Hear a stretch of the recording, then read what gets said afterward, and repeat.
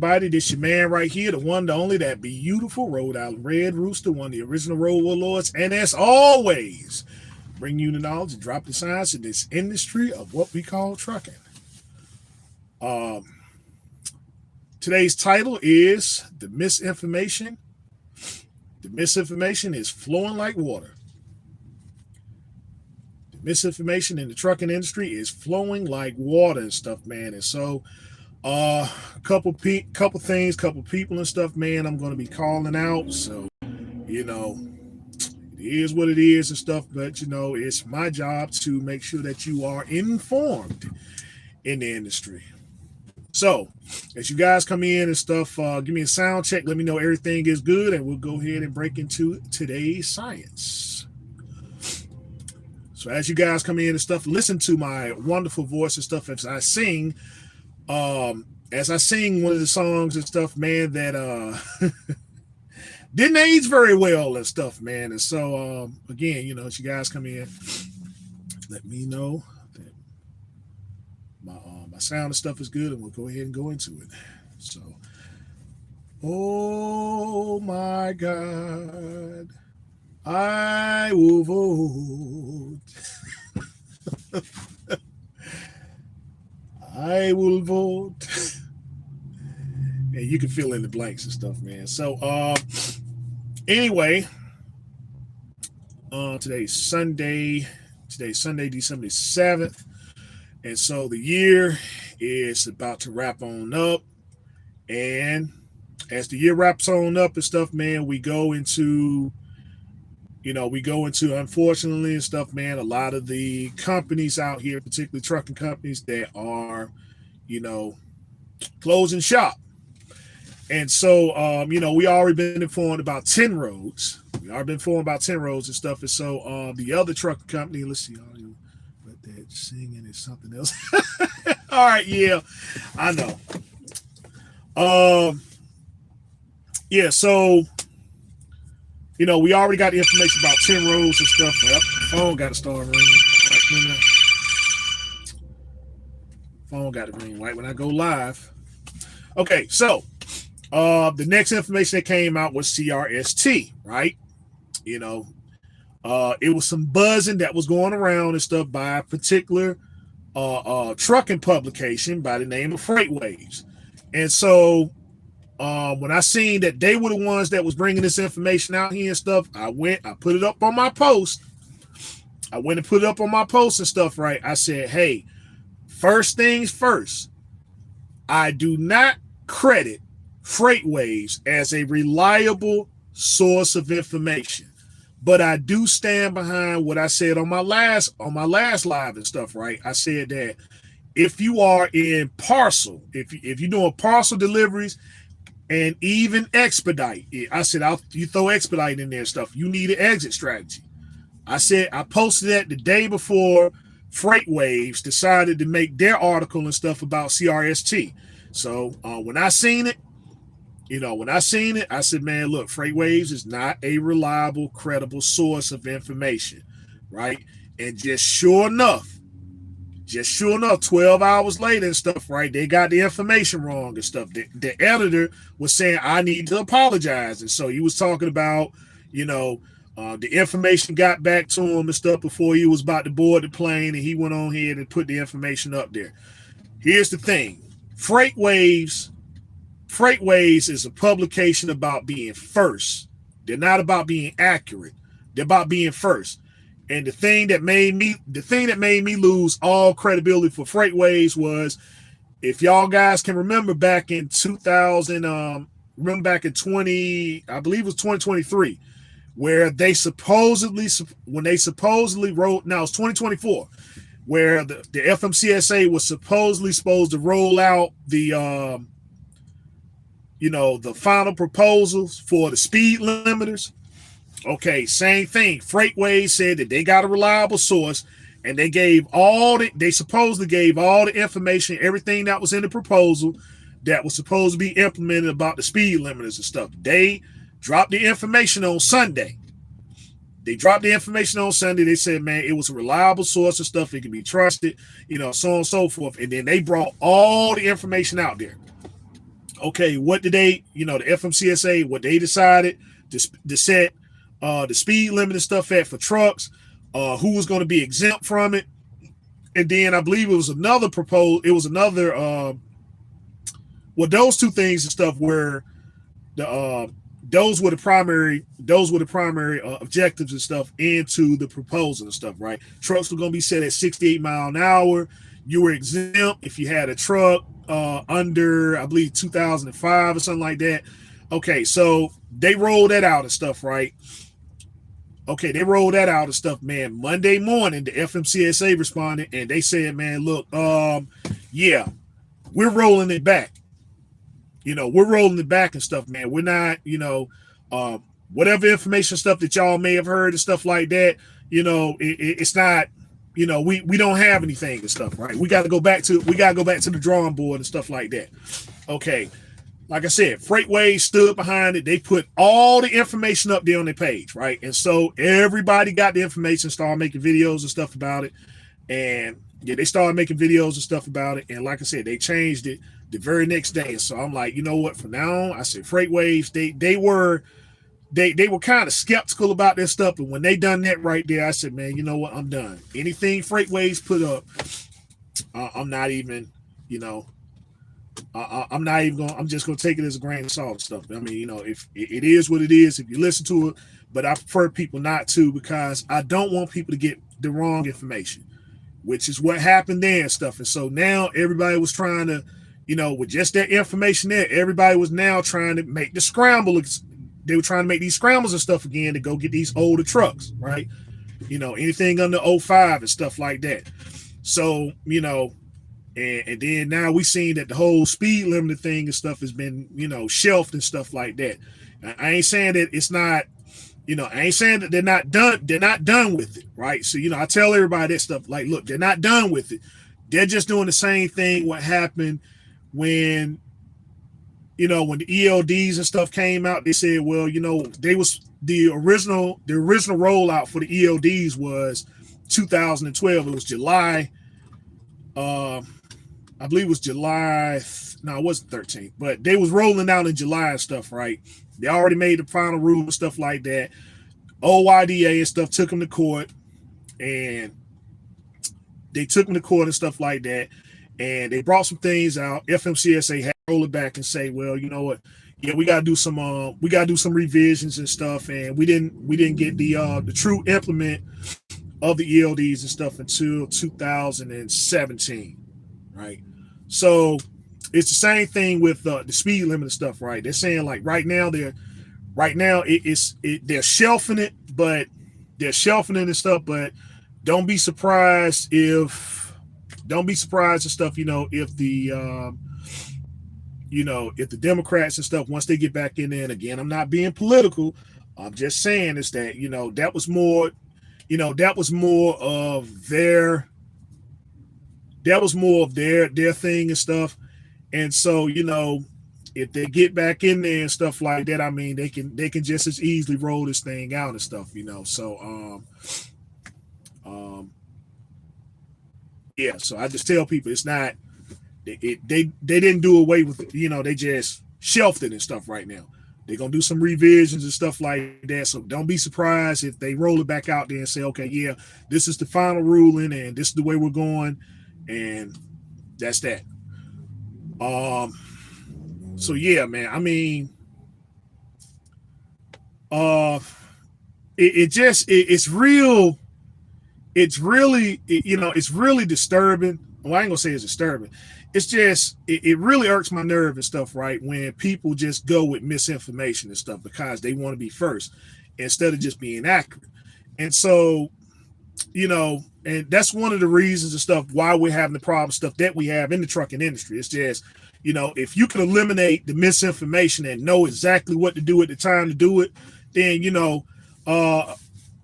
it makes things better and stuff and what decisions you have to make, right? I mean, because you can have your opinion about something and that's cool, but don't state it as a fact just because people like you, people are watching you and stuff. You owe it to the people and stuff that watch you to give the most accurate information stuff that you can possible. And if you don't know, just say you don't know, or don't even speak on the topic at all. Cause now we got to go back in, and everybody's rolling with this misinformation. And it's just like that talk and stuff. When you go in these restaurants and stuff, or the way it used to be, you go to the Iron Skill or whatever, just a bunch of truck drivers in there talking, spreading a whole bunch of misinformation. And now what they heard over there and stuff. Now it gets into another conversation with another driver and stuff, and I'm like, man, here we go. So, that's the thing there, man. Freight waves and stuff. They just at this point, you know, they're just a publication that's out there that's just gonna be spreading misinformation. That's all to it. I mean, I try to give them the benefit of the doubt and stuff and say, well, maybe they'll clean things up, and stuff. But they're certainly no ally. There's certainly no ally to the trucking industry or whatever and stuff. But if you go over there, you get your information. I suggest doing some more thorough research and stuff. And not just use them as a point of reference, because they seem to be getting information, and then when they get it, then people are sitting there retracting or saying, oh, okay, well, yeah, I jumped the gun and all that stuff there, when you don't need to do that. You don't have to be first. Just be accurate. You owe it to the people and stuff that you're trying to give the information to. And that's where you build your allyship at there. Okay, so had that going on there and stuff, right, with CRST. Same thing, like I said. If you're in parcel, if you're just delivering mail or parcels and stuff like that, or if you're in expedite, you need an exit strategy. Because, like I said, in about 5 years, it's just going to be, in 5 years and stuff, man, it's just going to be done away with. They don't have the capacity, like I said, they don't have the capacities no more to push that type of freight out to people, to carriers that are primary, so it's no more contracts. It's no more going to the mail and saying, yeah, okay, yeah, we'll be your primary transportation provider. They like, no, dude, we're not pushing out those many loads and stuff. Loads we have, we can just call a broker and can easily get this thing moved and not be on the hook for nothing. I'll just keep calling the same people, just like a prepaid. It's just like a prepaid phone service. If you're not, if you're using your phone, if you're using the phone and stuff, you're using a lot of stuff, then yeah, go get you a contract. But if you ain't using it as much and stuff like that, then ain't no point in trying to sit there and pay $100, $150 and stuff, and what few phone calls and stuff you make, or what activity you got going on your phone, just get something prepaid and stuff, and just pay the low $20 or $45 or whatever plan and stuff it is, because you ain't really doing any kind of business and stuff on the phone. So why spend all the money? And that's what it is in trucking. It's just they see the capacities of these loads and stuff decreasing. There's no fluctuation to where, okay, it's slow right now and then it's fast over here and stuff, and things are averaging out and stuff. It's just things are, it's just stuff is not required to that capacity no more. Nobody's mailing things out and stuff. The priorities of mail and stuff. You get emails, you get stuff that you can take care of and stuff right away. So what's the point? Expedite is the same thing. It's that, people aren't, they aren't producing automobiles and stuff to a high capacity. Even though there's talks and stuff of, there's talks and stuff of considering other venues and stuff for getting into the automotive market, but it's just at this point and stuff, it's just not, it just ain't cracking right now and stuff. And it's not like how it was back in 2008. This is just where things are right now and stuff. So, cars are just ridiculously too high. The economy and stuff is not, the economy and stuff is just not, it's not equaling out and stuff to where a person can make these type of investments. You got ride share programs, You got rideshare programs, Uber, Lyft, those things there and stuff. And so, people are just saying, well, I'll just consider, just doing that as opposed to owning the automobile. It saves on insurance, gas, um, maintenance, wear and tear and stuff like that.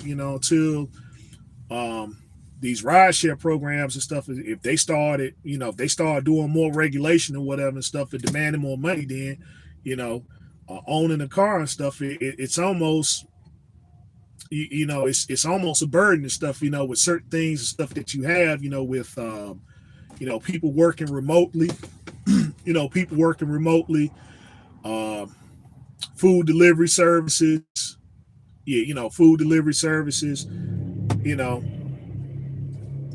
it's just the need of owning an automobile and stuff. It's just becoming. I'm not saying it's coming, inefficient or whatever. It's just for those who you got to almost have a purpose to own a vehicle and stuff now. It's got to be doing. It can't just be sitting in your front yard and stuff in your driveway. It's got to be doing something, making some kind of money. Otherwise, that it's just you know. Car payments and stuff, man. I'm looking now. Almost for a car 25, a car selling at $25,000, you got an eight, maybe $900, you got eight, maybe $900 a month car note, you know. So that's what we got going on there. Let's see. So see what else we got going on. So yeah, the expedite, the expedite thing, it's not, it's still there, but the market is going to be centered more around. It's going to be centered more around the spot market thing. It's not going to be.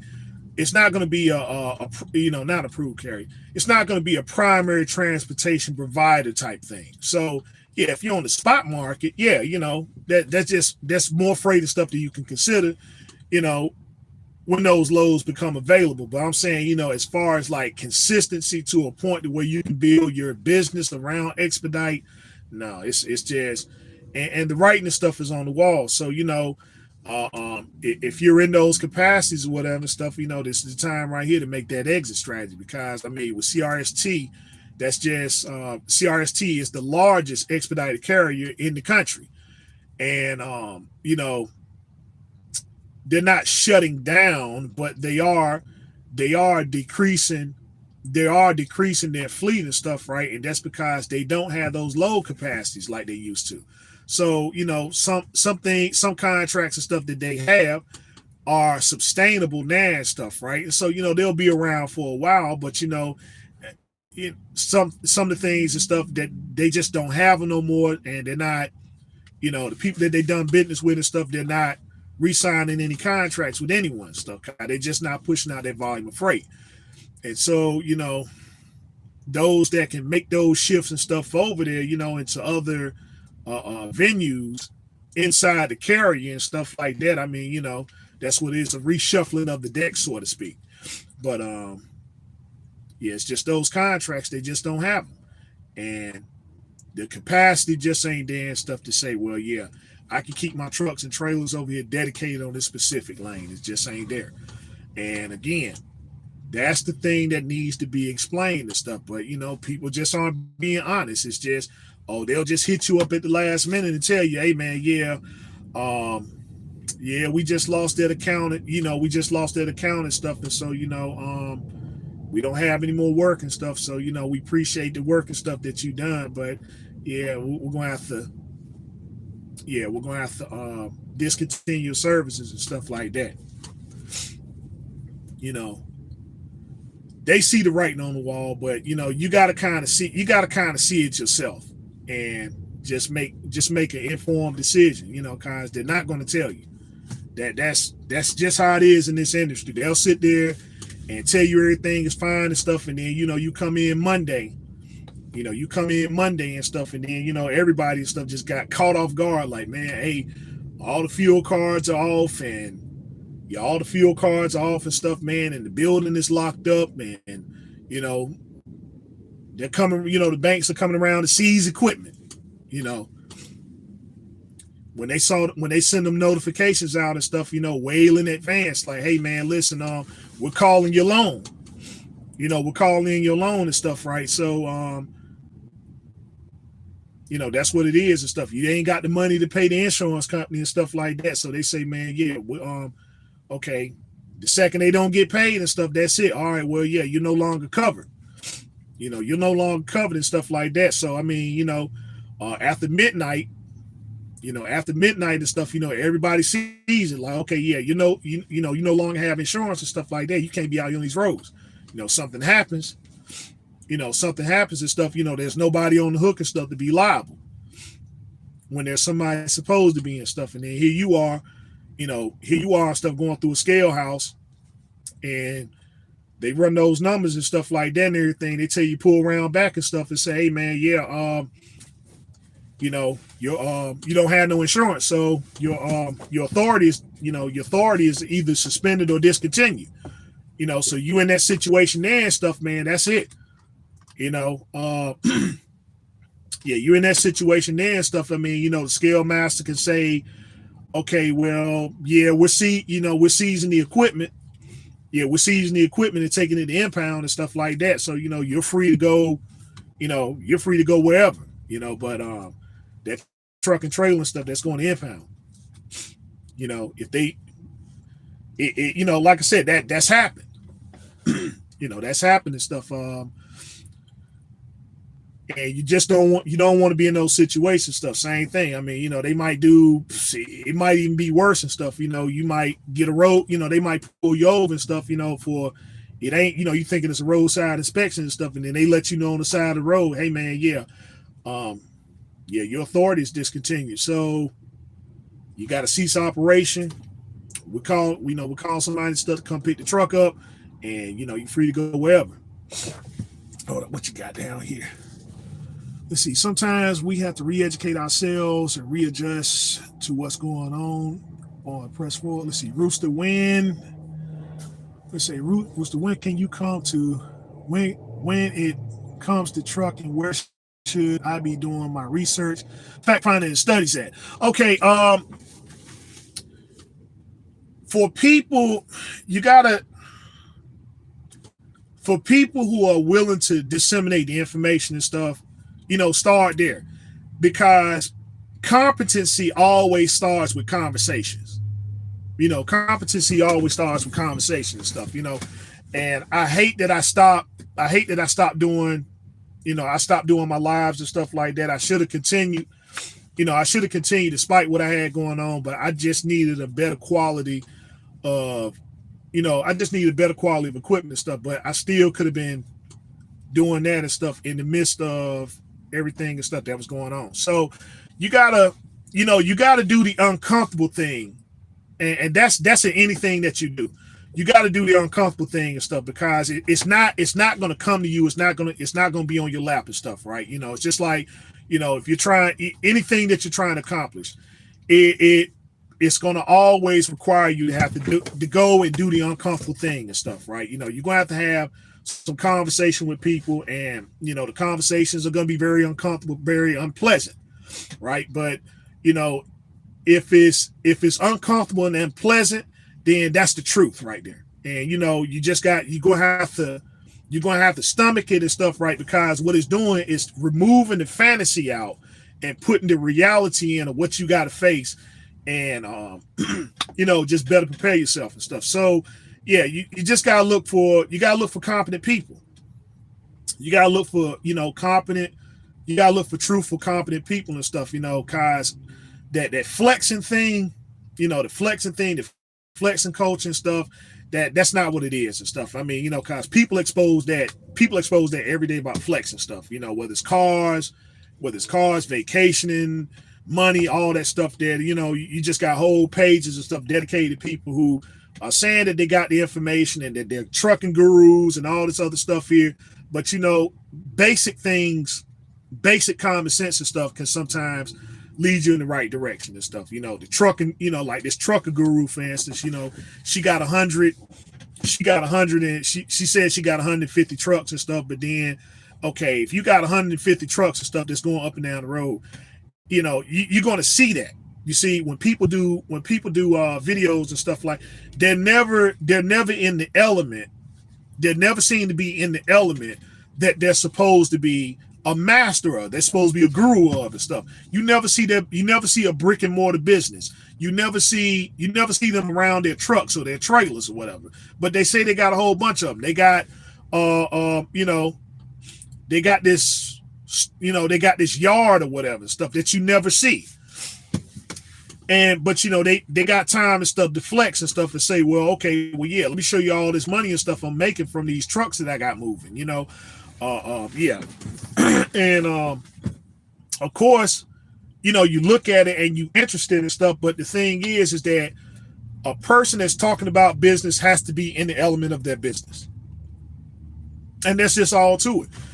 I never seen these guys just like, like I said, if it's Trucker Guru, if it's Earn Your Leisure, and stuff, all right, they're down in Atlanta. Okay. Hey man, where your brick and mortar business at and stuff? Because, hey, I want to go over here and stuff. I want to do business with you. I want to do business with you and stuff. I mean, hey, if you're if you're taking on drivers, own operators or whatever and stuff like that, you got, of course I'll lease on with you. If your contracts and stuff are on point, your pay is on point. If you got enough freight and stuff, the capacity to keep us moving and everything, I mean, why not? Why not me go over here to your business and help you? Because y'all seem to know what you're doing and stuff. I know what I'm doing. So, hey, let's help each other. And let's help each other and stuff and let the business and stuff grow. If there's opportunities and stuff for growth there, yeah, that's where I want to be at. But that's where I want to be at and stuff, but it ain't there. You find out it just ain't there. People were flexing once upon a time about Amazon. Okay, yeah, well, I got all these contracts. Yeah, I'm moving all these trucks and stuff, all these trailers with Amazon. Amazon didn't have contracts. They have some temporary stuff, and folks was flexing on that and stuff, and now you don't see that anymore. You don't see that anymore. You don't see the trucker, you don't see all these people anymore and stuff giving these courses or whatever, trying to get your authority and all these other things there. You just don't see that. And so, there has to be proof. It just can't be a person that's just getting up here on YouTube and stuff and just disseminating a whole bunch of information and stuff. I'm like, man, like what I do. I put the information out here, but then I put my personal information stuff up here on my YouTube page. And I say, hey man, listen, call me. Call me and stuff. And so, if it's about trucking, and stuff, I take the time to set aside, what I got going on so you can have my undivided attention, because there's some things I just don't talk. There's some things, I can't cover everything stuff on live. But what I do say is that, you text me, you let me know and stuff what the topic and stuff is, and we'll go into it together. I'm willing to do that and stuff, man. And I'm doing that for nothing. I'm doing that for free because I want you to be informed about whatever decision that you make, so that you can because I've been there. I've been in that position and stuff. I was it was done for me. The greatest who ever did it, Casanova 601. That's who raised me up. That's who raised me up, and he gave me the game and stuff. And so, he didn't charge me a dime, and so, I just passed that along there. So it's not, I don't really go into the real in-depths about the business, but kind of that's on you. But I feel that if you got a basic form of information, that's all you need. And then from there you can decide on which way you want to go. But whichever path of stuff that you, or just the basic understanding. That's all you need. And then from there, okay, well, I never done flatbed. I never done flatbed and stuff. But I know some people who have. I know some people and stuff who have and stuff. And so I'm like, well, all right, let me see if I can get them on the line and stuff like that, or, get some information, or get you in touch with them and stuff. And then, y'all talk it out and stuff about flatbed. But I'm saying the premise of business is still the same, no matter which way you go. You need to understand lane rates. You need to understand if there's even a chance of you getting a contract. is it even a chance of you getting a contract and stuff? The dangers, I understand the premise and stuff. I say that again. The ultimate goal is for everyone to, eventually have your own authority, But if you can't get it right now, that's okay. If you're leased on, then don't get comfortable in the lease. Don't go over there and lease on with a carrier because he got a zero money down truck. Oh yeah, the trucks are zero money down and stuff. Then you get in it and then you get comfortable and then you don't get no ownership and stuff. You done worked over there 4 or 5 years and you're comfortable playing basketball and, going to the cafeteria and, you got your truck outside and stuff with all these decals and stuff that's over here. And then, you done paid all this money for this truck and stuff that you're never going to own. Or you're probably going into some program where you're giving them a large down payment for a truck, again, that you're never going to own. Or they're telling you at the end, you still owe a large sum, like SFI, for instance. I don't know why people are going to SFI. I don't understand why people going to SFI. I don't understand why you guys are giving them $10,000 down. Why you giving them $10,000 down and stuff when the bank usually wants anywhere from 6 to 8%, 11% if your credit's really jacked up, 11%. But see, people don't tell you that. So a good rule of thumb is to have, most trucks and stuff, that people want to start out with. Their trucks are usually around anywhere from $65,000 to $67,000. Okay, so you take that. And I say worst case scenario 10%. Worst case scenario 10% and stuff, right? You got bad credit and stuff like that, 10%. Now, how do you parlay into them getting the truck? Very simple.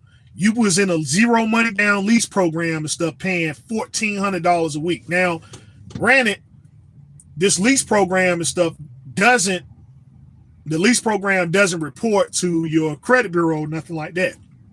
But the thing is, you have proof. And that's all you're trying to let the lender know and stuff is that, hey man, you know what?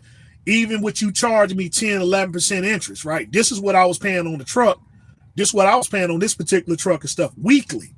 And you're charging me monthly. So you're charging me monthly and stuff. So there's 52 weeks in a year. It's 52 weeks in a year and stuff. And so with this truck right here, with my down payment, you're giving me 39 payments. You're giving me 39 monthly payments and stuff, and there's 52 weeks in the year and stuff. So what I'm paying for this truck weekly, I'm paying for this truck weekly and stuff, I'm being charged monthly at 10%. And the carrier that I'm working for and stuff, here's the guaranteed return for the here's the guaranteed return because I can work for these guys and I'm working for these guys and stuff. You see my pay stubs, you see where I'm being charged and stuff. You see my overhead costs and stuff. And so I'm like, I'm still able to afford. And this is where I'm taking my equipment to back. This is where I'm taking my equipment to, by the way.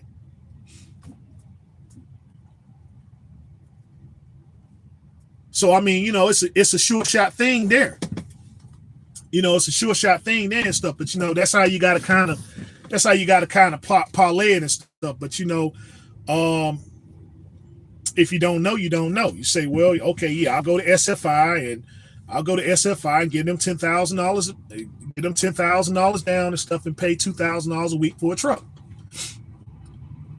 $2,000 a week for a truck and stuff. So, you figure what? Okay, that's so you're giving them so you're giving them a little over $102,000. And the lease is for what? 2 years. So you done paid $200,000. So you done paid $200,000 for a truck, right? And then they're telling you that, well, okay, you still owe money on the truck. So how did they stay in business? How they make money?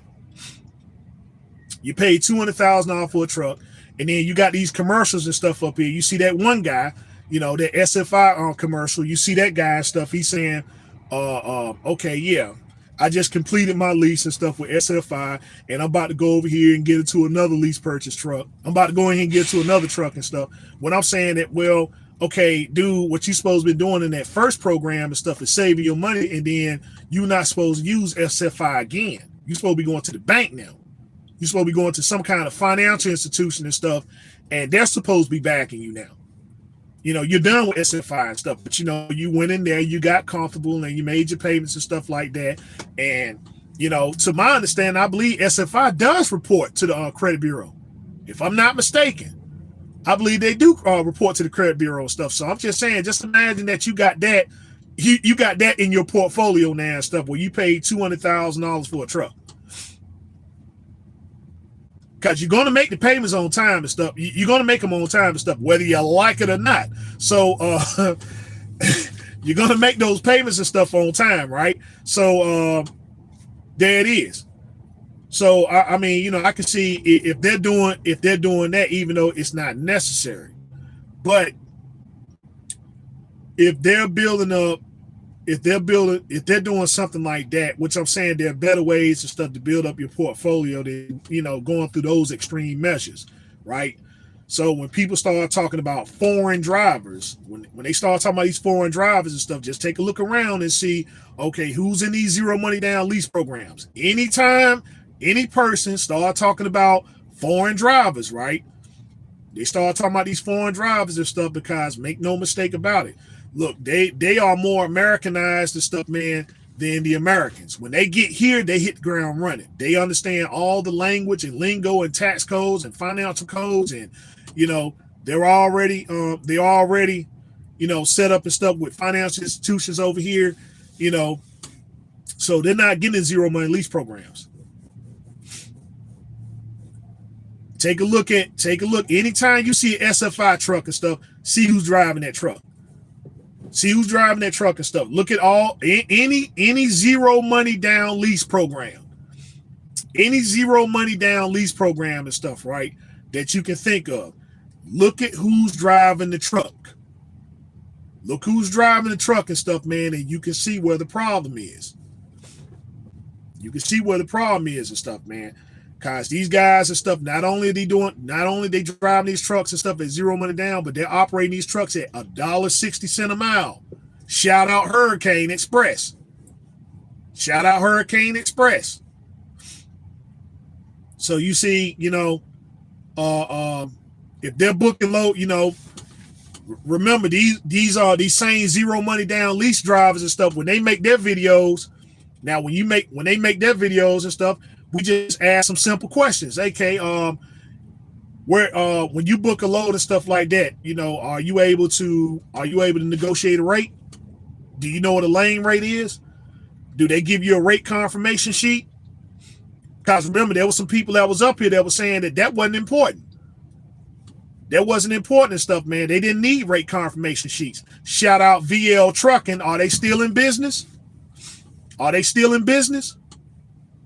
Because if they are and stuff, I mean, I believe that they're under another name and stuff. But again, pay attention to the people and stuff that's over there that's saying, "Oh man, yeah, I don't need no rate confirmation sheet. I don't need no rate confirmation sheet." But then you're running your truck at $1.60 a mile because you think that's what the industry is about.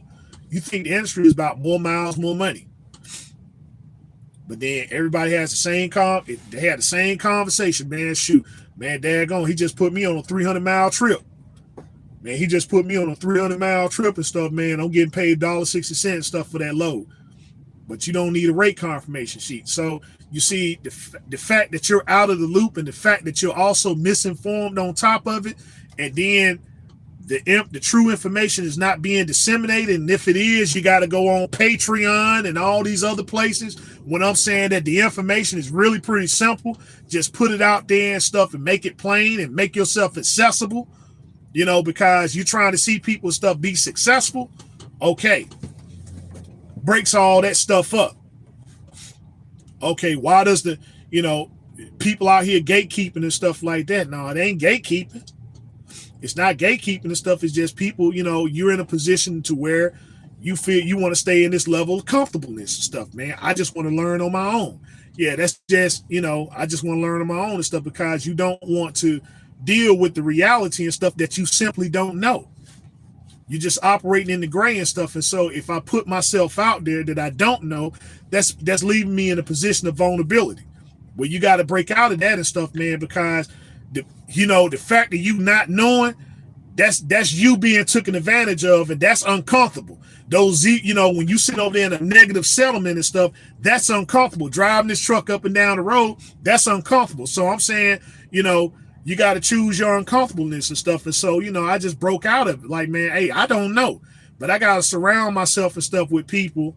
I got to put myself in a position and stuff to be gamed up, because here's the other problem and stuff why some people just decide not to say anything about it. You got a lot of gang goofiness out here. You got a lot of gang goofiness out here and stuff, to where, everything got to be some kind of clout chase and stuff. It got to be some kind of flex or something like that. If you make one good settlement, you got the whole program and stuff figured out. You got it figured out because you made one good settlement and stuff, when the reality is you got that settlement by luck. You looking at your settlement and you don't understand a single thing that's up there. Nothing that's up there. You just, okay, I'm going to run, and maybe this week I'll be lucky enough and I'll bust them across the head. And the reality is that payroll just made a mistake. They didn't catch, which is what payroll and stuff does sometimes and stuff, is that sometimes they go ahead and, they forgot to take them deductions and stuff out or whatever and stuff. And then you got this great big old large settlement, like, oh, wow, man, I really made some money and stuff like that. And then the fact that they know you don't know how to understand a settlement, and then, maybe a month down the line and stuff, man, you so far in the hole, you can't get out of it. Man, daggone, why am I so far in the hole? Well, it's because where you buying the fuel. Look at where you're fueling and stuff. You sitting over here and you buying this fuel here, and we telling you to go over here and stuff. This is where the discounts at. Or maybe it's just the fact that, you're not letting me see the rate confirmation sheet. I don't understand what the lane rates and stuff are. I just want to stay over here in a particular area and stuff, and then, being in this particular area, that, you probably run that same lane or whatever, and then not knowing, they're paying you $1.60 when the lane is really paying $3.20. So I'm just saying, I ain't going to say $3.20. I'm going to just say $3 a mile. They paying you $1.60, and you got all your expenses off $1.60, but then that $1.40 a mile, they ain't got no expenses, none. So for every one load and stuff, basically one load can take care of two trucks for every one load.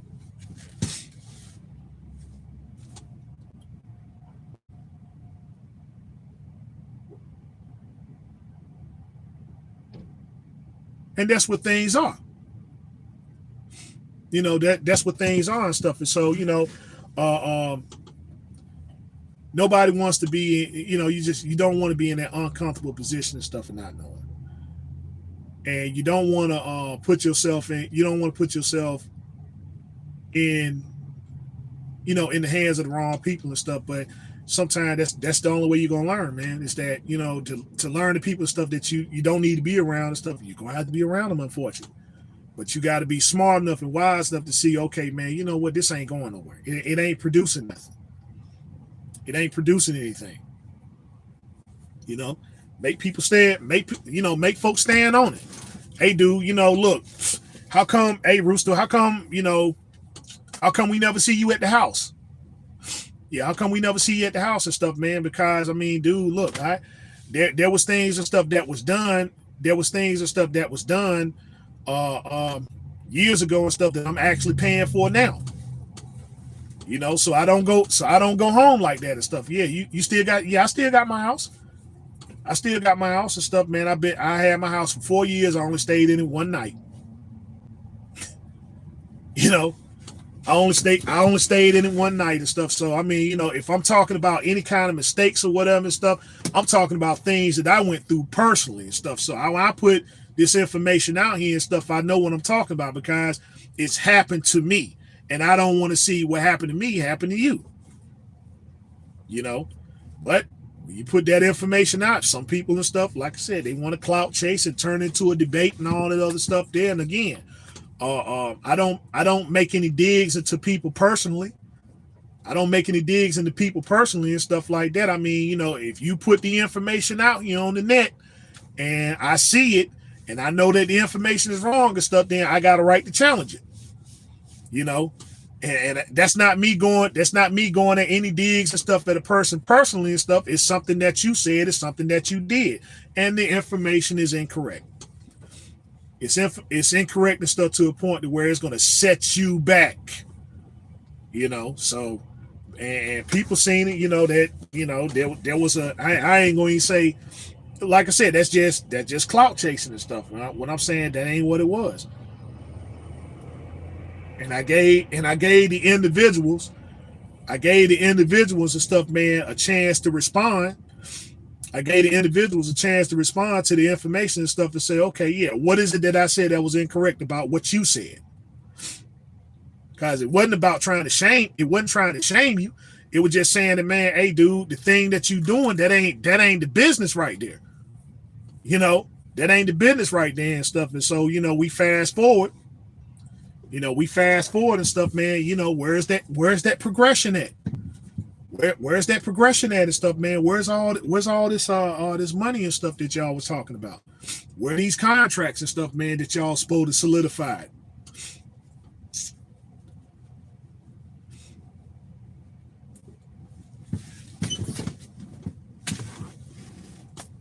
Where is it? If it's there, where is it? Cause I like I said, I seen it. I seen it and I knew where it was going. I seen it and I knew where it was going and stuff because hey, when I went on the market, when I locked my mode up, and stuff, man, I'm like, I still had some money. I still had some money left. And stuff. I ain't have enough. I ain't have enough to get the thing that I actually wanted to get and stuff, but I still had enough and stuff. And so I'm like, yeah, I had that little setback. But all I was trying to figure out, I said, man, is this guy going to stick behind his warranty? Is he going to stand behind the warranty and stuff, right? He didn't stand behind it. So, all right, so now I got to make another move. And so now I jump out of a 13 into a 2020. Difference is and stuff is that I ain't gonna make the same mistake and stuff that I did with the 13 because now I'm more informed and stuff. When I went and sat down with the same people, I told them, hey, man, look, it don't even matter. It don't even matter. You could pick the truck out for me, cause you told me everything is this thing got a manufacturer warranty on it now. That first, that 13 didn't have it. But the thing about the 13, the only problem I had was the emission system. Once, the emission system and stuff. And so everybody was talking about, oh man, well, if you do this to the truck and stuff, then this is going to happen and that's going to happen. And I went and got it done and stuff. And y'all didn't see me going back in the shop no more. Yeah, I did. I had some breakdowns and stuff. But the thing, they was some real minor stuff like an airline, a coolant hose, a coolant hose, an air hose or something like that. Nothing major. The only thing that put me down was when that motor seized up, and that was after the rebuild. That was after it. So the truck made it all the way to 1,000,000 miles and stuff, right? The truck made all the way to 1,000,000 miles and stuff. And so I said, well, you know what? Let me try something different. Let me see what this DD15 rebuilds and stuff are really about, right? I could give you the ins and outs and stuff. And so I'm like, my thoughts on it, it's like, well, I'm still kind of inconclusive about it, but you can see maybe it wasn't a good idea.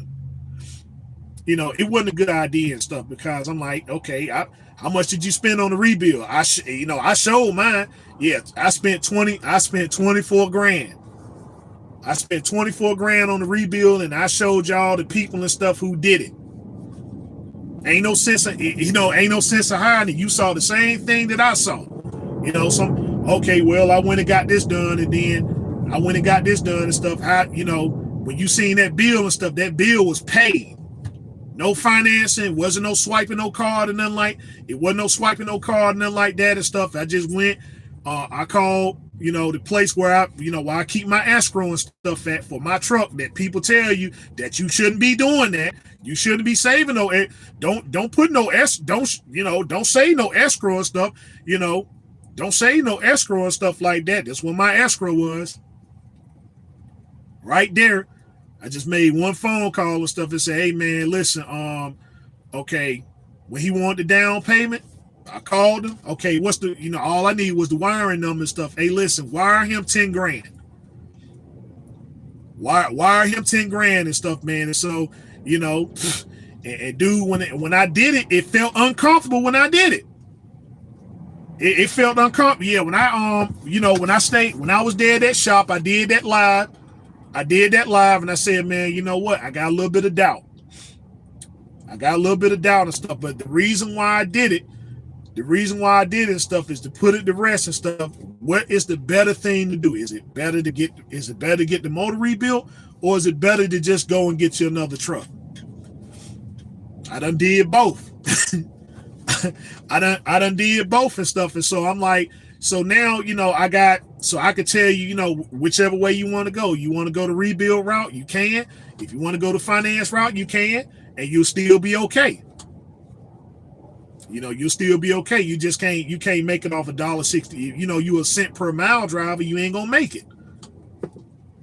If you a rate con, you don't want to see the rate cons and stuff, you ain't gonna make it. But that's the whole reason why you ain't got the truck to start with. Because you're never gonna make enough money to get over the hill and stuff. You're never gonna make enough money to get over the hill and stuff to get anything started. You're still making about the same thing as a company driver and stuff, probably a little bit lower.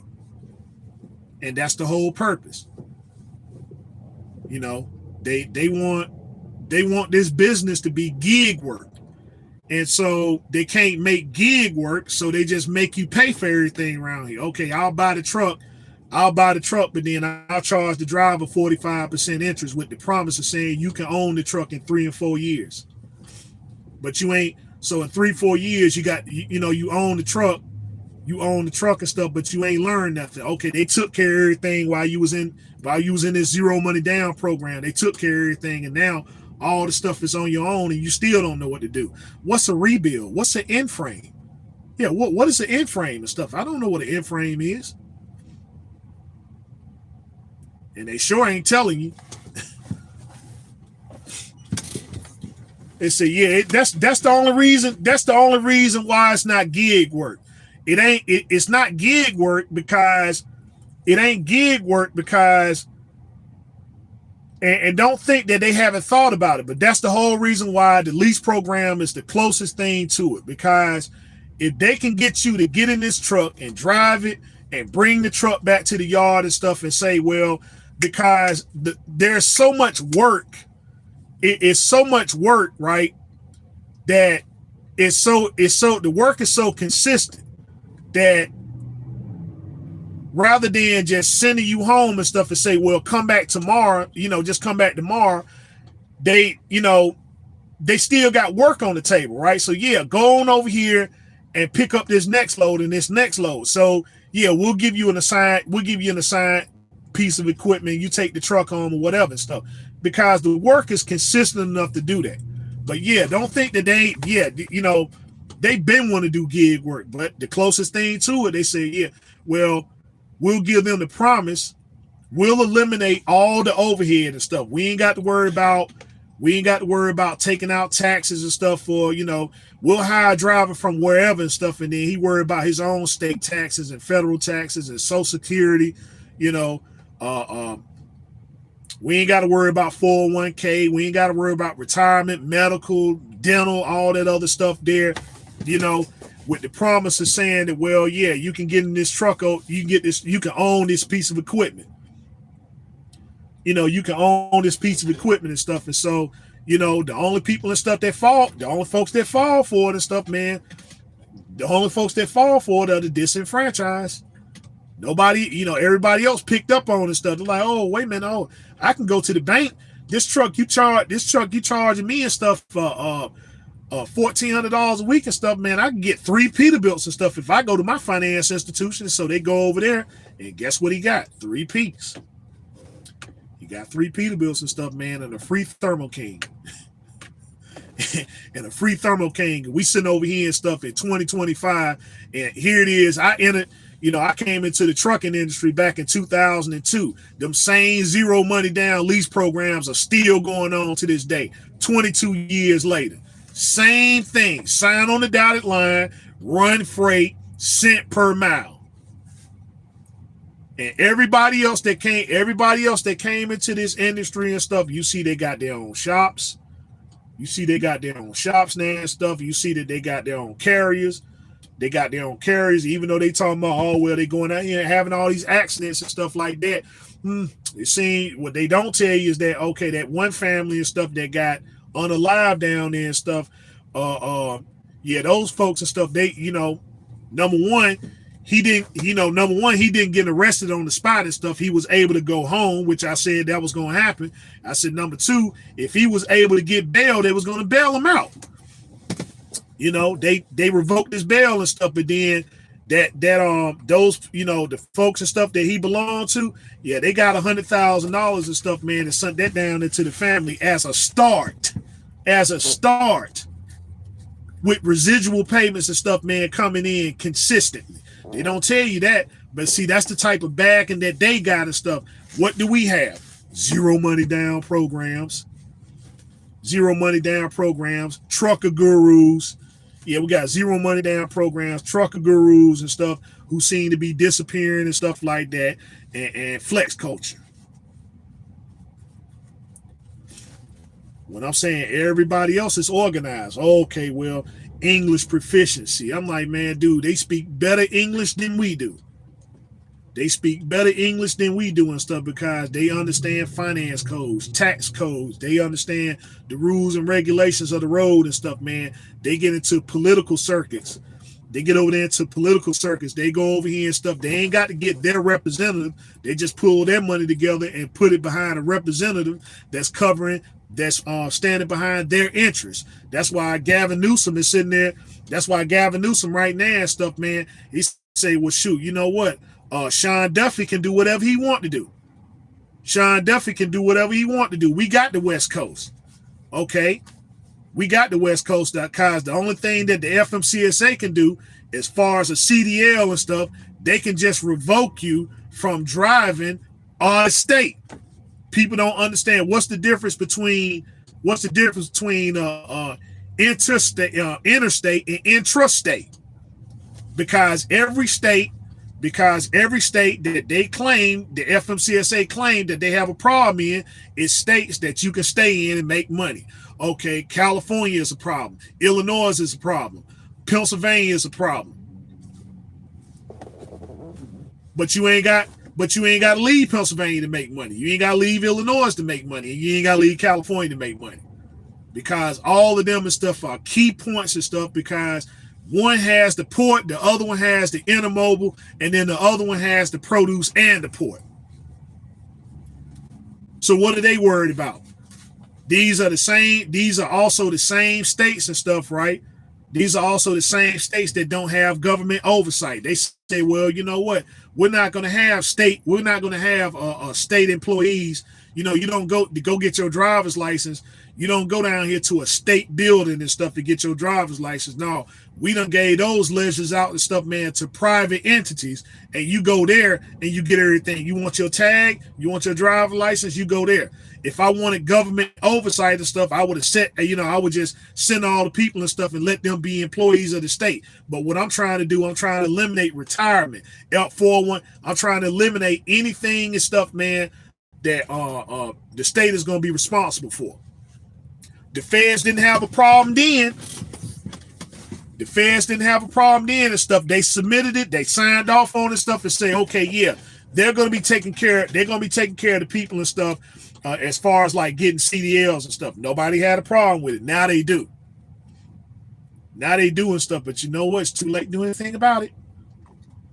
It's too late to do anything about it and stuff, man, because the folks, hey, they already got their political people and stuff. They say, okay, well, hey, who we got? We got Mike Pritzker. We got Mike Pritzker in Illinois. We got Josh Shapiro in Pennsylvania. We got Gavin Newsom. We got Gavin Newsom over here in we got Gavin Newsom in California. Oh, and we got some honorable mentions too and stuff, yeah, Kamala Harris and stuff. She talking about throwing her hat and stuff back in the bid and stuff again. And we already know what her get down is. So, we covered on this end and stuff who the Republicans got. because Don, the Don ain't gonna get a third term.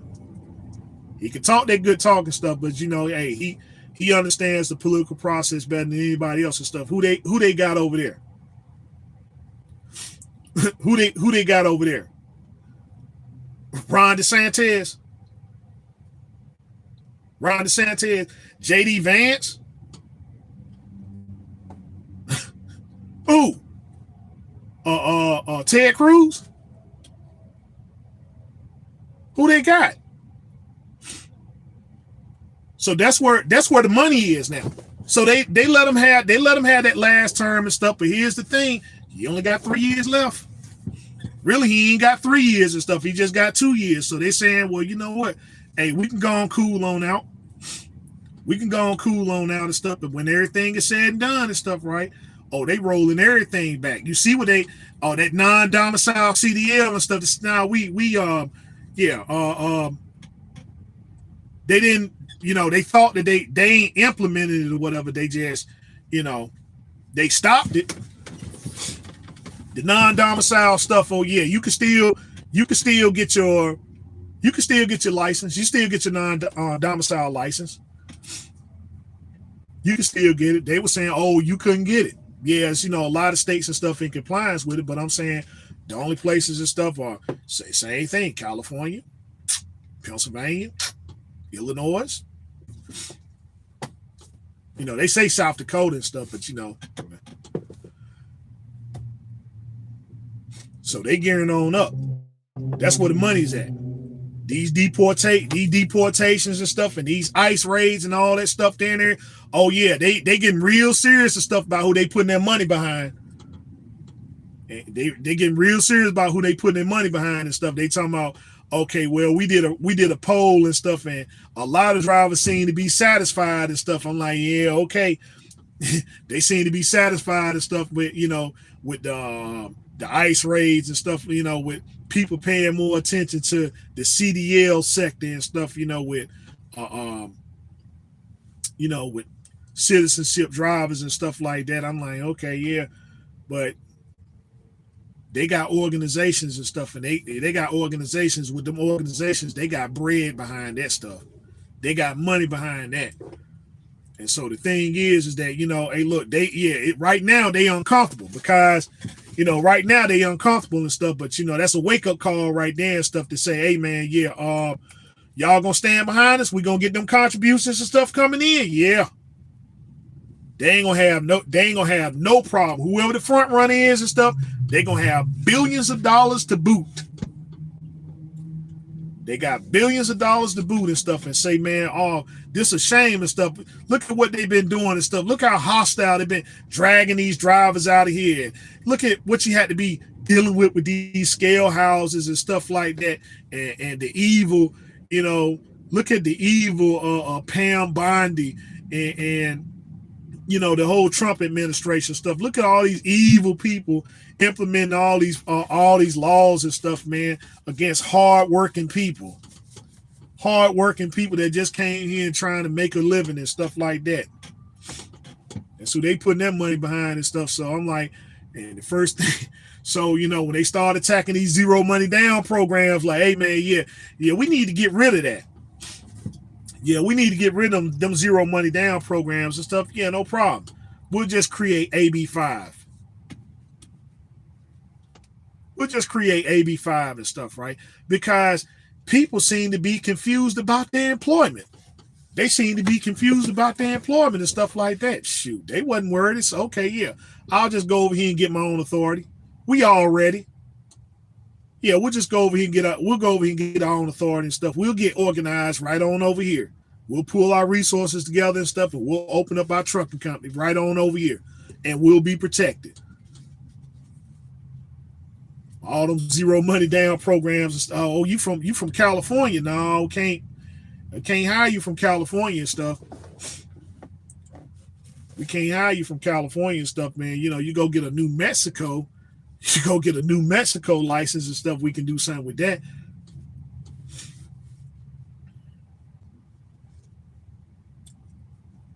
But these are the vices and stuff that we in our sector are dealing with. And we ain't got no money to boot. We ain't got no representation nowhere. You can't name out one representative that's over here speaking on the behalf of stuff of us as drivers. That's just us coming together, talking our stuff or whatever, but we ain't building a doggone thing. We ain't got a shop. We ain't got a shop nowhere and stuff. We ain't got we ain't got no shop. We ain't got no advocacy group. We ain't got no law firms and stuff nowhere. So I mean, we're going out here and we're completely unprotected, but everybody got money though. Everybody got money and stuff, man. You making all this money. So do they. So do they and stuff. But you see where they putting theirs at and where we putting ours at. They go to Dominguez, we going to Dominguez. It's not the same, man. Cause see, in any business and stuff, man, the conclusion is to make sure that you have a certain type of clientele. Yeah, I'll open up my business and stuff, man, for everybody. But you know, the end game and stuff is that I want to, you know, if I serve a clientele, I want a certain type of clientele. So when you start coming up in here and stuff, I'm like, man, you don't speak the language, you got to go. Like,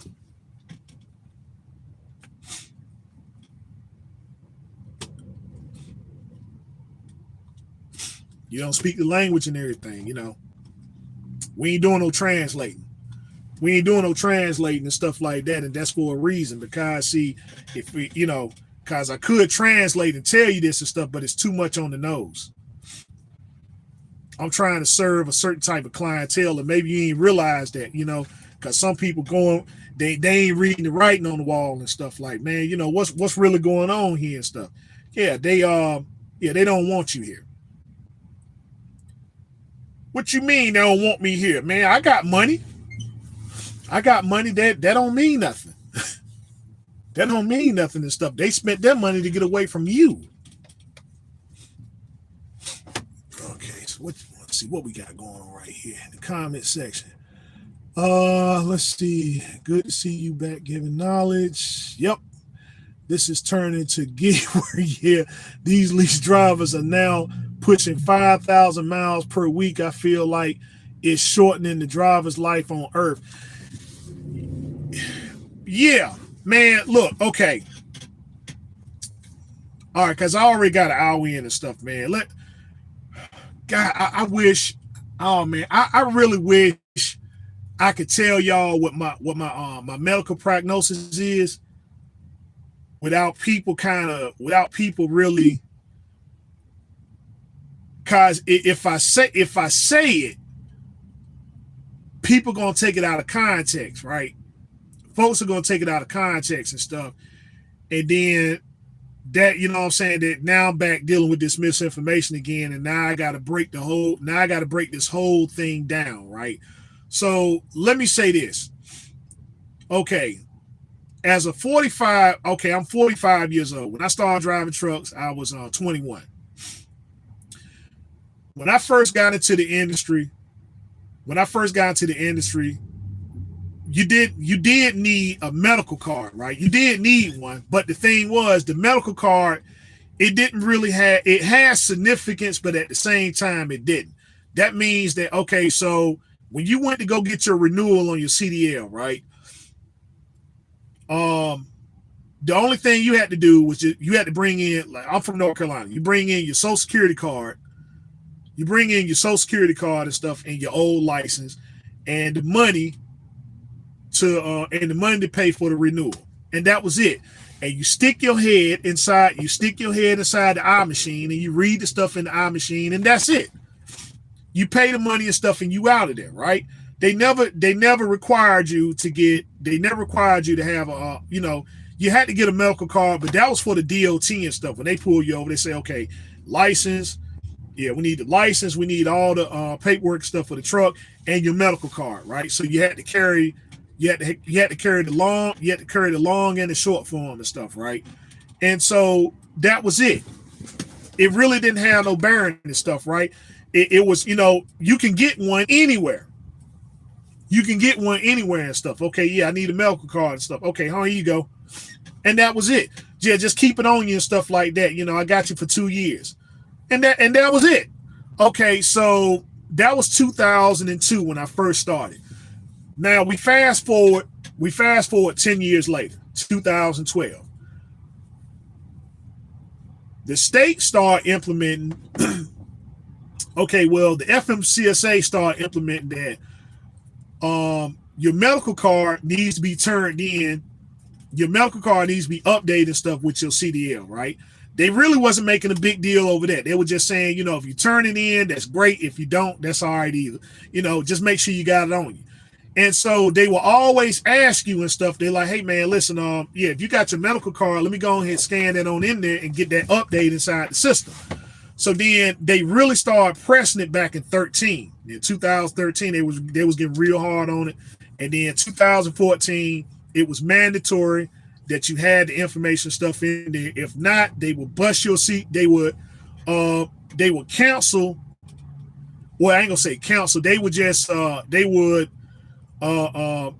your license, you'll have a seat, you'll just have a driver's license. And they will make your CDL inactive until you updated them with the medical card. So that's in 14. So now, okay, again, no harm, no foul, right? Just go get a medical card, and now you got to turn it in. Now you got to turn it in to the state and stuff, and so they got it for their records, right? Okay. Now they got it for their records and stuff. So then now they started to want to get a little bit more. They want to get more active about how you get your medical cards and stuff like that. So they said, well, in order to get a medical card now, the place that you go to has to be registered. They got to be registered and stuff now. Okay, so again, no harm, no foul. You just find somebody that's registered, which I'm saying they advertise and say, okay, hey man, listen, we do medical, we do medical cards and stuff. We do DOT physicals. We do DOT physical stuff, so you just can't go anywhere to get it done. So, you go, you get they under the registry and stuff like that. They'll have the registry number on the law form and stuff. They turn that in. The state will see it. They'll submit it to the FMCSA, and then that was that. Okay, now, then they want to get, a little bit more active and say, well, okay, man, these guys having these accidents and stuff like that. Certain clinics started to become proactive. As people like Concentra, they said, well, hey man, let me look at your neck. Let me look at your neck and stuff. If your neck is over 17 inches and stuff, then we're going to ask you a question about do you suffer from sleep apnea? Do you have a problem with stuff sleeping? And so it's like, yeah, do you have a problem sleeping? Do you snore in your sleep? Yeah. Okay. Oh, well, we can't certify this stuff until you go get the sleep test. So now people got to go get sleep tests and stuff like that. And they say, oh, well, you need a CPAP machine now. And you got to get certified on that. So now you got to bring this information back. You got to bring the information back, and now you got to get the doctor to sign off on it and stuff. And, once the doctor signs off on it, that was it. So weight started to become an issue now. Blood pressure started to become an issue now. Now, the thing is, when you in your 20s, you ain't worried about it. You sitting over here eating all types of Little Debbie cakes and hot dogs and drinking Mountain Dew sodas and stuff. And again, I'm speaking about myself. When I first jumped in this industry, I was 200 pounds and stuff, man. I'm 246 pounds now and stuff, right? So you see, you don't really think about you don't really think about your calories. You don't think about exercise and stuff, so at the time where, it was rise and grind and stuff, those things and stuff was necessary. Making sure that you get that dollar and stuff, it was necessary for you. It was necessary. Remember when you first started driving back in 2012, in 2002, it was necessary to do those 5,000 miles a week, because what you did is that you got up, if you was from North Carolina, if you wanted to be home on the weekend and stuff, you leave your house Sunday, Tuesday afternoon and stuff, you need to be rolling up over there in Compton, California. You need to be rolling up somewhere over there on the West Coast. And then, you take the rest of that day off and stuff. You get up Wednesday morning, you get loaded. If you want to be home Friday, If your home time Friday, depending on how fast you got home from how you got from California back over here to the East Coast. And so that's how it was. East Coast to the West Coast and stuff. It was necessary. You see, you had to do that. You see, it wasn't no team driving or nothing like that and everything. You always had hours to drive, You know that, well, okay, the DOT was just looking for one thing and one thing only, that log book. As long as you had hours of service, they didn't care what the truck looked like. You can have lights out, you can have all types of air leaks and oil leaks and all these other leaks and stuff like that. As long as you had hours to drive and stuff like that, you hand it to them, they look in there, okay, everything seems to be in order and stuff, man. Go on, have a nice day. Your truck can be on fire. And sometimes that's what it was when you had that hot load. Everything was hot. You see, you had to, everything was hot. So that's how it was. Is that you drove from one side of the country to the other side of the country and you was home on the weekend, and your home time depending on how fast you got home and stuff on Wednesday, how soon you got loaded on Wednesday or on Thursday, wherever you were. You had to get that load off and stuff on Friday. You had to get that load off on Friday and stuff, and then you had to get reloaded on Friday to make sure that you got up the road and stuff again. And so that's how it was, You was here today, the next day you was somewhere else and stuff, right? It was next day delivery. You weren't taking a load and then sitting on it for an extra day or whatever and stuff, because see, this is what logistics called for. There weren't no in-betweens and stuff, right? There were no reconnect. Okay, all right. Sorry about that, man. My dead and stuff that killed my Wi-Fi. So where was I at? Okay, where was I at and stuff? All right, so the thing was, it was a necessariness for you to do these things, right? It's 5,000 miles. Okay, y'all still here? Okay, all right, cool. So it's 5,000 miles and stuff. It's necessary. Oh, I ain't gonna say it's it can be done, right? It can be done if you're doing it for the right thing, but if it's in that zero money down thing, then no, it serves no purpose. You just, what you doing, you just, are you cutting your lifespan down short? Yeah, because what's going to happen is that what's going to happen is you're going to fall asleep behind the wheel, or somebody going to do something stupid and reckless, and you ain't going to have enough reaction time and stuff to get out of the way. So it's either going to be you doing something or some other person. Just like, I don't know, people seeing that accident and stuff that's on TikTok. It's so many of them. It's so many of them and stuff, or on Instagram and stuff.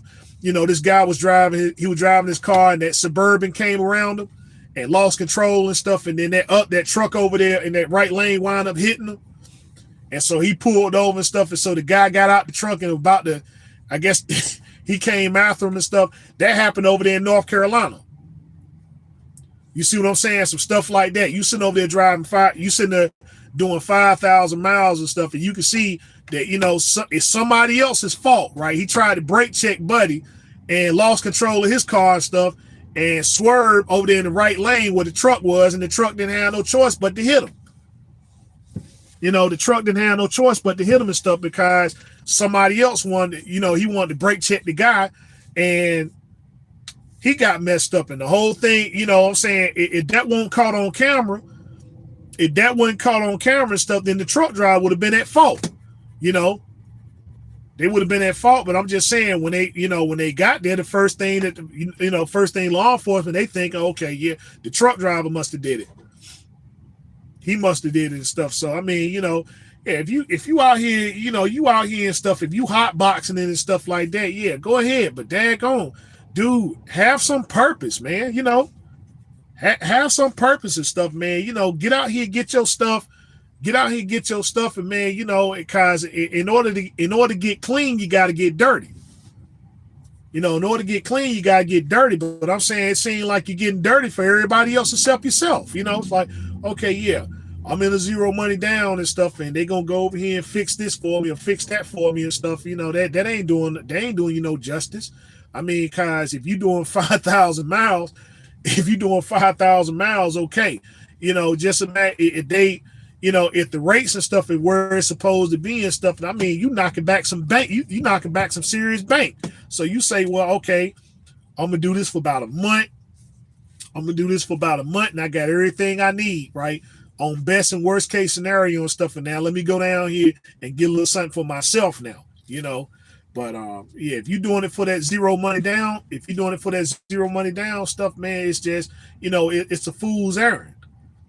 It's a fool's errand and stuff. And I'm saying, at this point, it just, man, it should be an exit strategy out of that, because getting a truck has never been so easier now. It's never been so easier now and stuff. I mean, hey man, 10%, that's bad.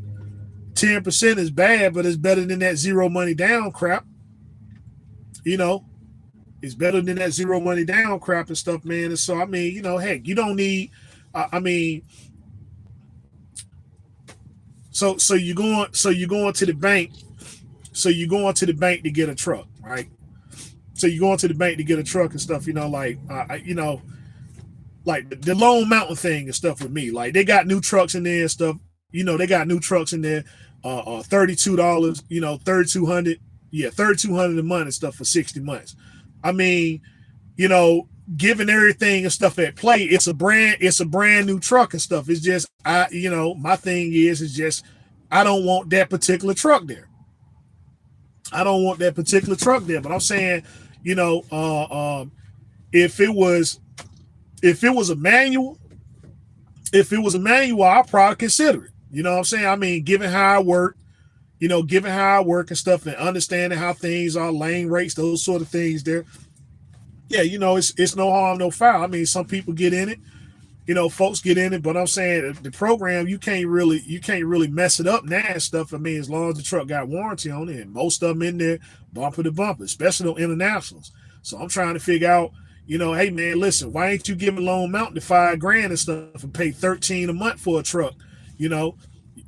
Well, all right, well, I got to worry about breakdowns and stuff. No, you ain't got to worry about that no more. You just take it to the dealership, man. When your truck come in, they doing the Birdman hand rub. Okay, how long my truck gonna be in here and stuff? I don't know, what, about 2-3 hours. Yeah, go on upstairs and stuff, and like that. You the priority. Oh man, hey look, they run that VIN number and stuff. This truck under warranty. That's guaranteed pay for the mechanics. That's guaranteed pay for everybody. They going through that truck looking for anything that can be fixed under that warranty. And the thing, they don't have to worry about the they get paid right then. It used to be when your truck was under warranty, you paid them, and then they submit the paperwork, and then if they got reimbursed, then you get your money back. There ain't none of that, man. They like, look, if it's under warranty and stuff like that, they pull the part number up and stuff like that. Okay, yeah, that's under warranty. With international, everything is under warranty. So they pull your truck in there and stuff. They get anybody that's paying cash, they kicking them out. Okay, yeah, that cash truck, yeah, get him out of here. We got a warranty truck and stuff in here and stuff, and that's all they doing. They looking for stuff. They looking for any kind of warranty stuff, and then when you get done, like, hey, you run through here pretty regularly. Hey, man, look, next time you have any kind of issue, come back here. Come here and stuff, and that's what it is. The earlier they get there, the better, you out of there. Dad, do I need to get a multi for what? Unless you just tired. You get your truck back today. If it's something, cause it's always gonna be something with the emissions, but they got something for that now and stuff. They like, they used to put a flash drive in it and stuff like that and just send you up the highway. Not anymore.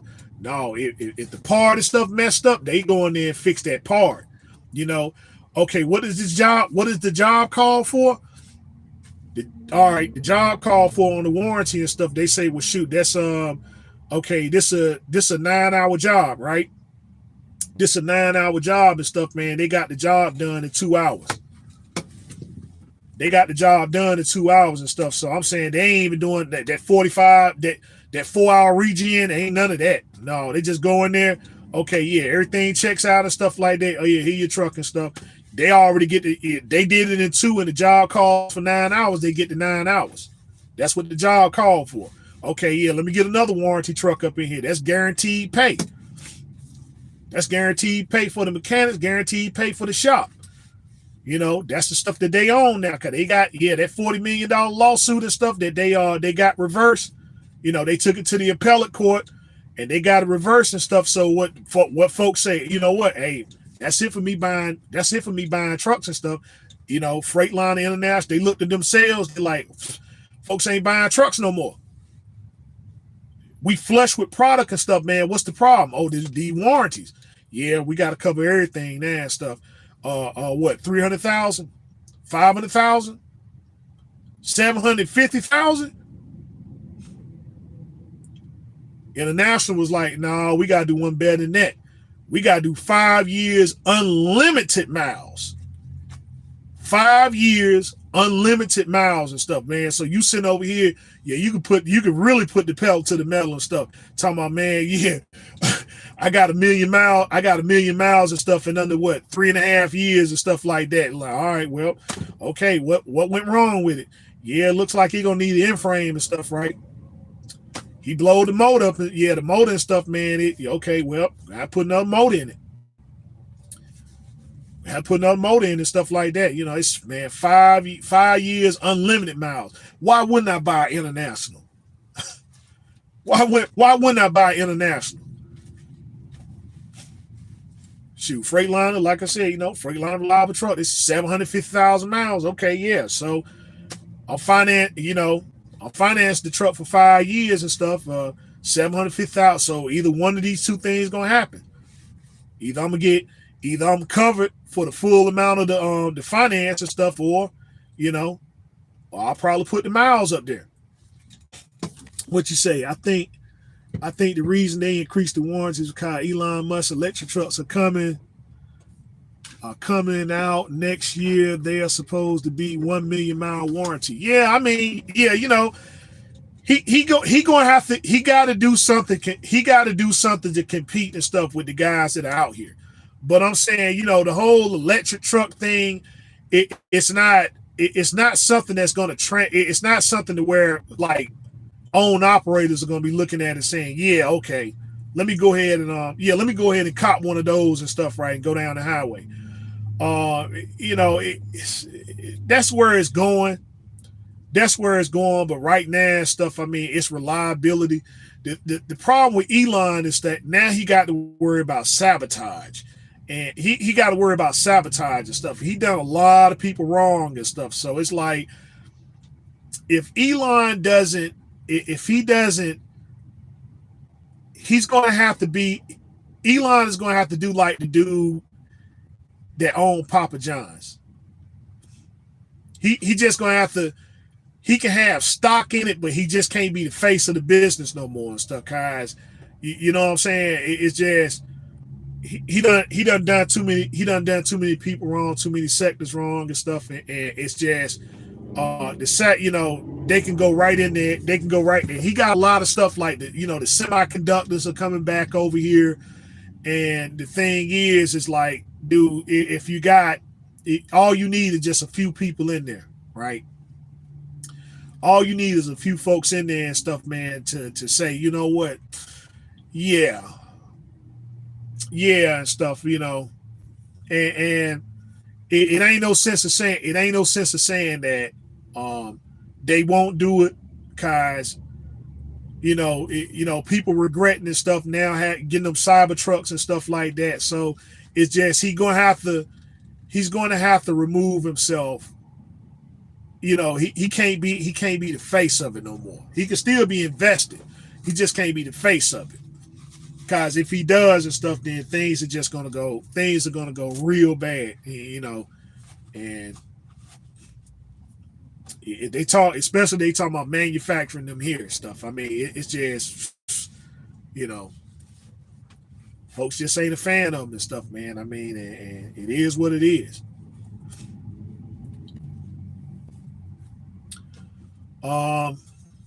But yeah, man, that's where the warranties and stuff at now. But the thing is that, these are the things that we got to get into and stuff and say, well, yeah, if I get a truck, I went through some financial institution to get my truck now. I can't be going these zero money down stuff, even with, like, all right, pedigree, for instance. like I call pedigree. Pedigree is they okay. They all right on. I would definitely buy a trailer from them. I'll buy a trailer from. I won't buy no truck though. But that's the whole thing. It's like, well, okay, yeah, you get over there. You know, it's a financial institution that's backing it. But the thing is that it's a financial institution that's backing it, but you know where the truck came from. So unless the warranty is extended to the truck, if it's extended to the truck and stuff, then yeah, you know, that it'll be a good purchase, but you know, you can't take the truck back to Prime. They like, no, dude, no, you know, you can't take it back over to the Prime and stuff, man. They're like, no, we ain't, no, your truck too old. You know, your truck's too old and stuff, man. You know, it's done been exposed. Yeah, you know, your truck's too old and stuff, which I'm saying it ain't that it's too old. It's just they don't want those ideas and stuff catching on, you know. So I can imagine if they got some kind of program over there, which I'm pretty sure they do, you know, then that program consists of you paying weekly. So it's a benefit and stuff, but it's something they still got control over. You know, it's something they still got control over and stuff. And so, you know, if too many people get the right idea and go over there and stuff, right, his whole plan messed up. You know what I'm saying? Cause you got, okay, I make money off the loads. They don't ask for rate confirmation sheets. We doing all negotiating. Nobody know what the lane rates are. They don't know what these contracts and stuff pay. And then on top of that, I get paid for truck. I get paid for the truck, and then the APU, they paying a rental fee and stuff on that. So, you know, it's no cost. I got to put some upfront costs up, right? But I got a guaranteed return every Friday. And stuff, right? And so, you know, the people seem to be satisfied because, I mean, you know, y'all get to make YouTube videos and stuff about how great and how good the company is. It's like, okay, yeah, man, my dispatcher is the greatest guy over here. And, you know, I like my Prime truck. I like it over here and stuff. I'm comfortable over here and stuff, you know. They looking over there and your truck is all clean, and then they looking in the inside of it and stuff, and you got all the lights and all the ambiances and stuff like that. You got your TV set up and you got all your game systems and stuff up. You know, I'm looking at some of them trucks now. I think some of them come with I think they got Wi-Fi on them now and stuff. So yeah, you know, yeah, get in here and get good and comfortable. Yeah, get good and comfortable now and stuff, man. You know, yeah, just come on over here and stuff, and let us do all the hard stuff, you know, all the thinking and everything. You just drive the truck. You know, you just drive the truck and stuff, and we'll keep an eye on you literally and stuff. You know, you got your 360 camera and stuff like that, so you're never alone. Like, hey, what are you doing? You know, what you up to? You okay? You know, you all right and stuff, man. Yeah, we get to see you at all times and stuff, man. You know, so you're never alone now. We got this. All the Prime drivers.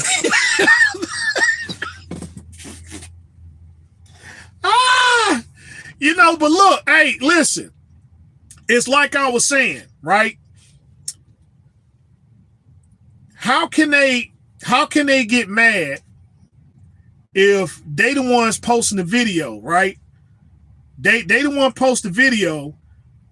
They're saying all these things, and then you're just repeating what they're saying. Okay, yeah, you said that this is going on. Okay, yeah, all right. So let's take a more analysis and stuff and see what the thing is that they're talking about. You know, I mean, you know, they the ones posted. So I mean, you know, it's never nothing personal, nor should it be taken that way. You know, see, Rollo got the drivers trained to die behind the brand. Yeah, I mean, you know. Hey, but listen, that's the way he always done business, right? That's the way he always done business. I mean, you know, it worked for Loshan. It worked for Loshan. It worked for the right not the right brother. It worked for Trucker Brown. You know, it worked for them and stuff, man. You know, Woody. It worked for Woody. I'm pretty sure I'm leaving out. So I'm just saying them. They the old school, they the OGs and stuff now. So I'm just saying, I mean, so I mean, hey, when they was there, and stuff like that, I mean, Prime was the business, right? Prime was the business and stuff, man. Shoot, they got over there, they wanted to train and all that stuff, and man, shoot, Rob Lowe and stuff, he know how to do business. I ain't worried about trying to own no truck. I'm trying to be like Rob Lowe. Yeah, I'm trying to be like Rob Lowe. Yeah, let me go over here and let me go to Pedigree and stuff, right? The second I get $5,000, let me go over across the street and stuff. Man on man, truck number 1, truck number 2, truck number 4, truck number 8. Buying trucks every month. Buying trucks every month and stuff, man. And who shut that down? A person that didn't even work for the carrier. A person that didn't even work for the carrier and stuff. That's talking about a video that ain't got nothing to do with the trucking thing. Oh man, he said something disparaging. He said something disparaging about the armed forces when it wasn't even when the person who said it put the disclaimer out there to say, hey man, listen, this on me. This how I feel. This how I feel and stuff, right? Oh well, yeah, well, he said something about didn't go after the person who said it, went after the person who hosts the program and stuff, right? Made a phone call over there and stuff, and all them standing tall before Rob Lowe. Hey man, this little YouTube, this YouTube thing y'all doing is bringing the wrong type of business. It's bringing the wrong type of business and stuff. What are you talking about? I got 5 trucks. I got 5 trucks off Pedigree and stuff. So I'm saying if they doing 200,000. If they doing 200,000 a piece and stuff, I'm talking about $1 million. You talking about $1 million, right? I got 5 trucks, right? I got 5 trucks and drivers in each of them. But all it took was a guy that worked for another trucking company and stuff to make a phone call and shut that whole thing down. I didn't like it. I ain't like what he said about the armed forces. But they was breaking necks and stuff over. They were breaking them necks and stuff, right? To do those videos with them. Yeah, we still remember. We still remember. And so, they got a newer breed and stuff. And so, we sit on the sideline there and stuff. It's like, we the wise counsel. We that wise counsel and stuff and saying, man, hey, we seen this before. We seen this before and stuff, and we know where it's going and stuff, man. It's like, oh man, you just a hater. Okay. All right, then. You just a hater stuff. How much they paying a week over there now? 25? They paying what, 25 a week now?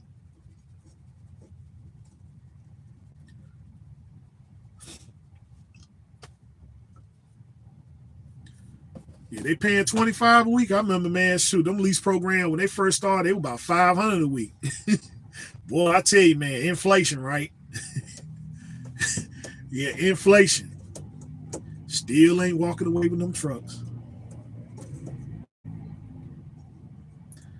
But yeah, we still in those zero money down and stuff. Like I said, go past any zero money down lease program and stuff, and you'll see the same folk in there and stuff falling for the same thing. Hey man, dude, what's your credit look like? I don't know. You know what a FICO score is? I don't know that either. Okay, well, yeah, let's sit down and talk. Let's get you caught up to speed and stuff, right? Let's get you caught up to speed and stuff like that, because you ain't got to do that, right? You ain't got to do it and stuff like that. I mean, okay, yeah, I'm gonna go the distance. I'm gonna go the distance because I was promised, man. Once everything's said and done, I got the truck. Okay, yeah, you got the truck after 4 years. You got truck after 4 years and stuff, and what, 45% interest? You got $300,000. Yeah, let me show you what a $300,000 truck looked like. Yeah, let me show you what a $300,000 truck looked like and stuff. And I'm just saying, the bank is willing to give you 6 years on that. They're willing to give you 6 years at 8% interest. No, well, you know what? Probably 7. They probably give you 7% interest on it, and they'll give you 6 years. You knocked it out in 4.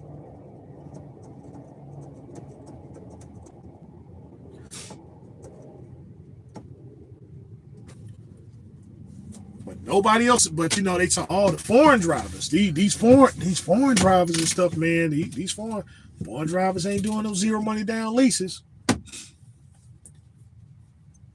They ain't did them.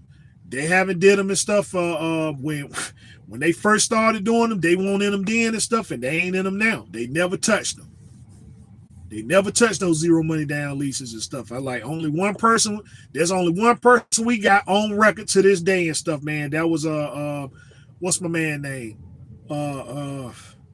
Hector. Yeah, Hector was the only person that did that zero money down lease. Hector was the only person that did that zero money down lease, and man still got his truck back. He said, "Yeah, hey Hector, yeah man, listen, when you come back with $175,000, right, you get your truck. You see what I'm saying? Yeah, I mean just." Yeah, just let them know what the business was and stuff, right? Even though you done had the truck, about 3 years. Yeah, Hector, come on when you got your, get your, tell your wife and stuff to put clothes on and stuff like that. Yeah, you had to tell your wife put the clothes on and stuff, and I'll get you a car and you can get your stuff out of here and everything and stuff. But if you want this truck, come back with 175,000. He didn't negotiate. He didn't negotiate. He didn't do none of that. He put it right on out there and stuff. Yeah, this what you need to get this truck and stuff, man. You need if you want this truck. Yeah, this what you got to on top of what he already got in it. On top of what you already got in it and stuff, man. Yeah, yeah, you can tell your girlfriend and stuff. Your truck ain't. Yeah, you can stay in the truck, but it ain't going nowhere.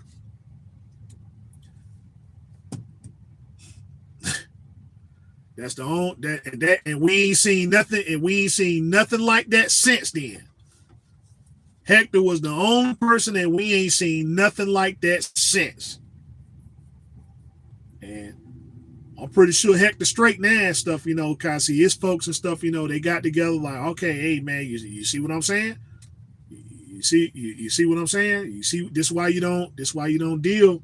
This is why you don't deal. This is why you don't do that type of business and stuff, man. I bet you, I'm trying to think. I bet you Hector got his own truck now. I bet you if we can find, I wonder if we can find Hector. I'm willing to put money up and stuff. He got a 379P.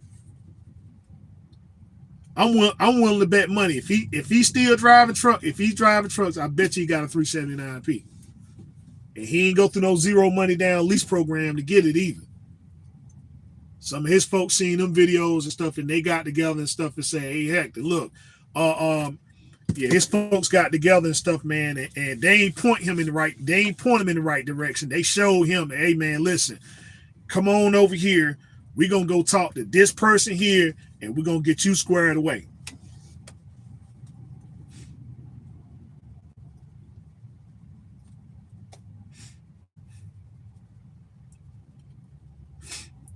I got 120. Wow, listen, hey, I'm gonna go ahead and jump on off here and everything. Let's see. I appreciate y'all. Yeah, I appreciate y'all being up in here. My contact information is on my YouTube page. Feel free to text me first. Let me know what your subject matter is and stuff. As long as it's about trucking, give me enough time. I'll go ahead and respond to it. We can give you a date, give you a time and stuff, which we can both talk, and we go into dialogue about trucking. Also, follow me on Instagram, which is Rhode Island Red Rooster 22. Rhode Island Red Rooster 22 on Instagram. I'm posting up things about my 2020 Freightliner Cascadian. And with that being said, this man right here, the one, the only, that beautiful Rhode Island Red Rooster, telling you as always, continue to do your own research, fact-finding studies, on your skills every day. Until next time we talk, next time we meet, be safe, be easy, be safe.